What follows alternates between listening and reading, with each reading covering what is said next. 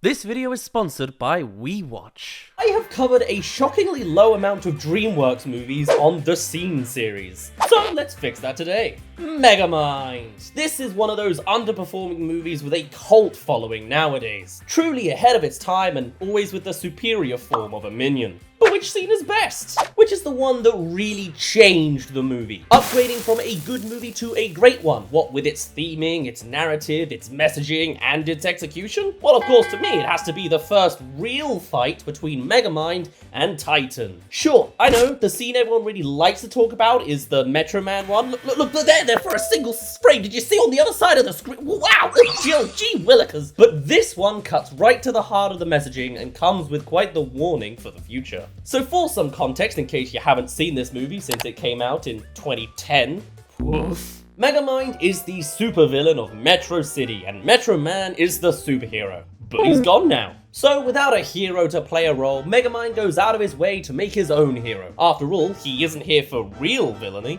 it's more like a fun pastime for him. Being victorious isn't the goal, it's all about the banter on the side. Well, I think your warranty is about to expire. Maybe I got an extended warranty. Warranties are invalid if you don't use the product for its intended purpose.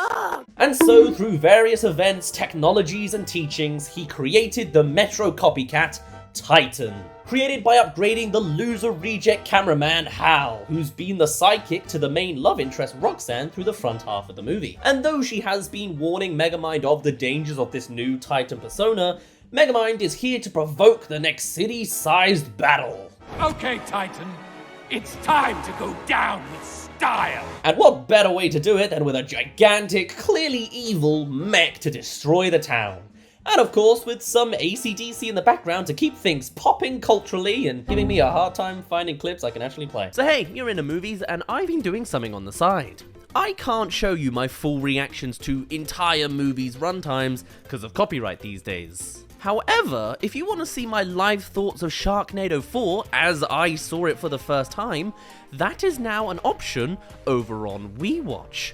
What WeWatch is a streaming service that combines with watch parties and influencers to produce pre-recorded reaction lobbies. Kinda like a video call, you can hop in to see this movie and me on the side talking about it. And if you're sick of one of us, you can slide the volumes to us both separately. On top of that, you can use this service to watch movies with your friends and see them too. You can watch an influencer and a movie and be with your friends. Now, this site's only in the early stages, but more and more features are intended to come to colour in all of the options for this watch party idea, and you can be part of the very first steps by following the link in the description to see us watching Sharknado 4: The Fourth Awakens. It is bonkers. You don't need a subscription as it's pay-per-view and free for the first 30 fans who use the promo code DazzF30. I'll also have linked below a free demo so you can see how it all works. And perhaps I'll be back there again covering all the other movies, in a format I'm just not allowed to do on YouTube. Perhaps a drinking game on a terrible movie, Or watch me panic over jump scares in some horror movie that I hate. So come check it out, maybe watch some stuff with your friends and other creators on the platform. The website is WeWatch. And so he wreaks a little havoc, being so daring as to walk on the road, stand atop buildings, and calling out to Titan with provoking fireworks. Challenge me if you dare. It's all about the presentation after all. But then, in a non-cliche turn of events, Titan doesn't show up.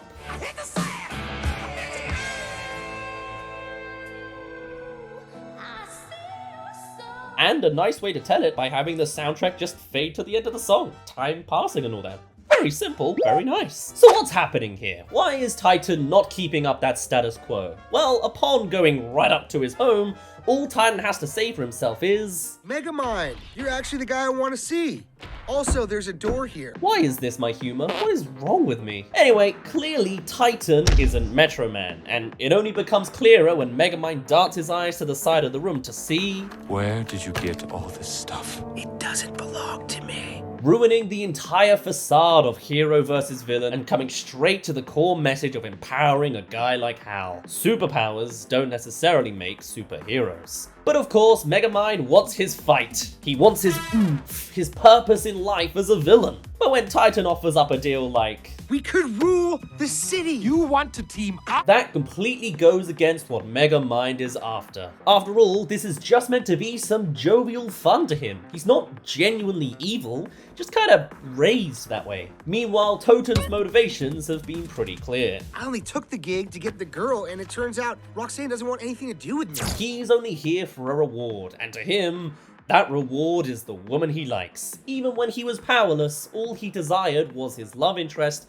who he breached the boundaries of through sheer ignorance or disrespect. And when bolstered with powers, he took this all the steps further, trying to recreate his vision of a romantic, superpowered interaction whilst ignoring all the signs of disinterest and not taking no for an answer. A weak boy like this sees power as the be-all, end-all, the one thing that everyone desires and will be granted rewards for having, which just isn't reality. But to him, and many people like him, it is. He's not likable because he has power, he's unlikable because he is him. Whilst on the flip side, in a much less subtle manner, Megamind is composed as the new head of Metro Man, saving the guard as the hero of the city. And so he's disgusted that Titan is out for his own personal gain, disappointed by his own creation, but still, he wants his fight, so he will manipulate the field to have his little way. I'm your space dad.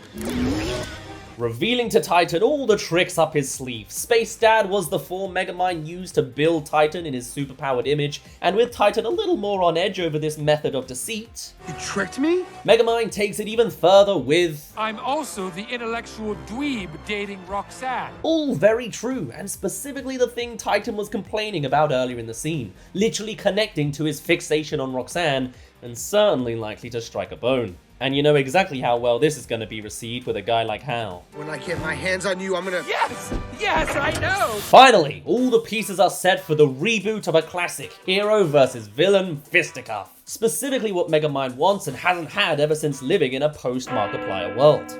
Oh God, how I've missed it.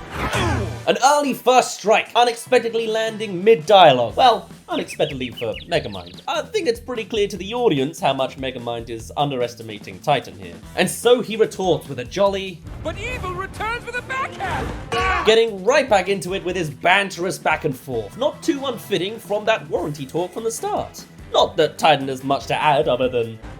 though the camera does some fancy moves through the action, following Titan, having him evade the frame and zooming incredibly close on Megamind's portrait shot, before we get that classic composition of a sign complementing the foreground, as Megamind plays stealthy with a gigantic mech somehow, before we next come to a Scooby-Doo corridor type shot, tiptoeing road to road before sneaking up on our subject. Titan now adding to the conversation with, I wanna see what that big braid looks like on the pavement! okay, a bit more R-rated in tone for this kid's movie. Yeah, it's a little dark, but one swift punch into a building will fix that. Not entirely sure if there's an extra gag here or if I'm just spoiled, but off he goes again. You fell for the oldest evil trick in the book. Provoking on the run and dodging punches like a pro. Megamind has the experience after all, switching our camera angle from head-on to side-on without cutting away. It's nice. Only to lean further into simple camera tricks done efficiently well with...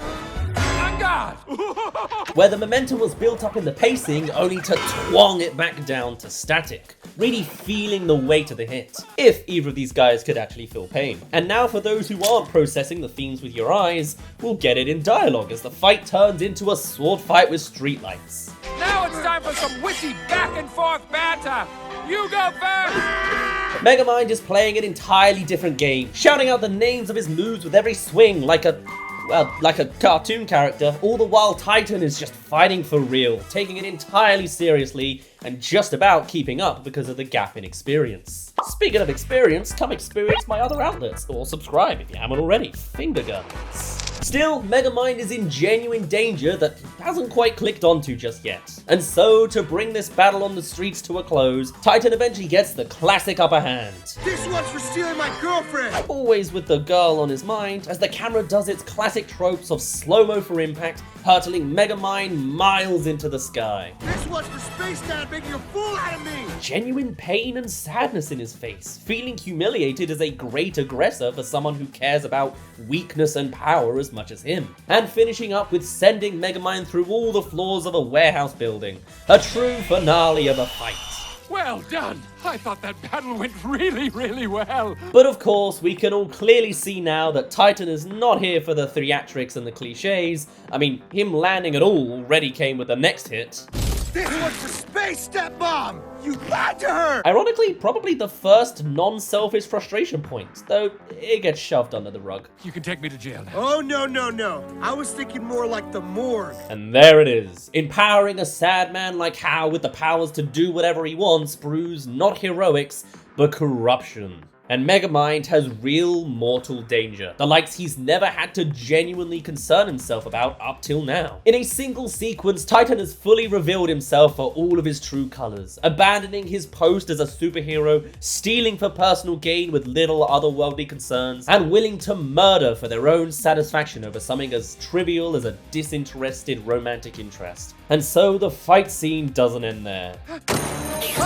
Narrowly dodging the laser eyes of lethal intent, Megamind runs away for the first genuine time, like he has a protocol for such a thing in the first place. Ejecting out of the rear, high above the city for his bots to handle the fallout, now dragging him across the skies far less eloquently as the camera matches his uneasiness. Titan following smoothly, fueled by rage. A seriously horrifying thing to run away from. Camera skimming along the road as cars blaze past, Titan flows across the frame, and explosions are abound. Hurtling Megamind to the floor one final time against the sorry sight of the emblazoned road, and Titan appearing from amongst the smoke.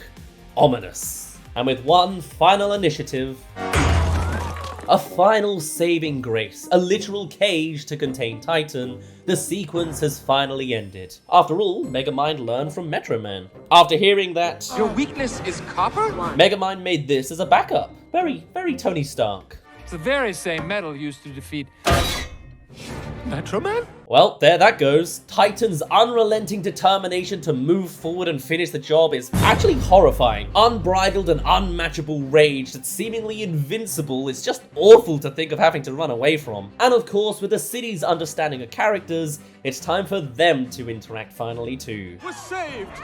What's your name, new hero? Amongst a crowd of joyful onlookers, what is Titan's response to this sense of praise and adoration? You already know where this is going. He's got tunnel vision for one person, and he's too stupid to look for adoration that's actually easily found, albeit misplaced, elsewhere. Oh, I wouldn't say free. More like under new management. And so with that, we finally end our scene. No stitches? With any other scenes today? No. I really should have made this a month ago. Andrew Tate existed back then. But that to me is the scene that changed Megamind, for it is the penultimate display of Titan, our newbie turned antagonist, twisting up the medium in ways of deferring from the cliche tropes of classic battles, as well as hooking right to that theme of heroism and what it means to be a good, desirable person. Not to mention, it's just incredibly fun. The physics, the camera motions, the witty banter, even if it is just one-sided, and all in all, pretty ahead of its time. What with the archetype of Hal-like people being much more common these days than in 2010. My god, why has society gone downhill like this? Regardless, this is the scene that breaks the conventions of Megamind as a film and reintroduces it in a brand new light. And it's part of the many moving cogs that changes Megamind from a good film to a truly great one. So I hope you enjoyed. I love you too, random subscriber. Assuming you subscribed, by the way, you better have subscribed. But for now, I'll end it here. My name's been Dazz. You didn't really care. Yes, that one frame moment with a slow-mo Metro Man was pretty cool still. And I'll see you in a bit.